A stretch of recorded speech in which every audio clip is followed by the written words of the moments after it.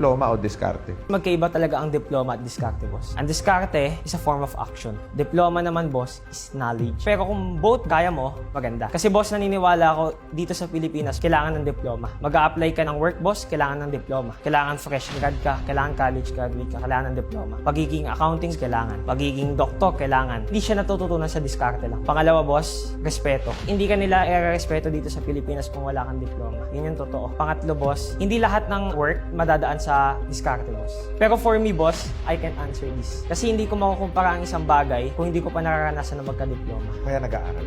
Ngayon, ang ginagawa ko, boss, dumidiskarte ako sa buhay habang inaabot ko yung diploma, boss. Ang diskarte kasi, boss, kung hindi mo kayang mag-school, boss, hindi ka madiskarte. Nag-work ka ngayon, boss, nag-business ka. Correct. Siyempre, didiskartehan mo na mag-aral ka para makatapos ka. Alam mo, yan ang pinakamagandang sagot ng diploma at diskarte sa buong mundong narinig ko. It's over. Napakaganda ng sagot mo.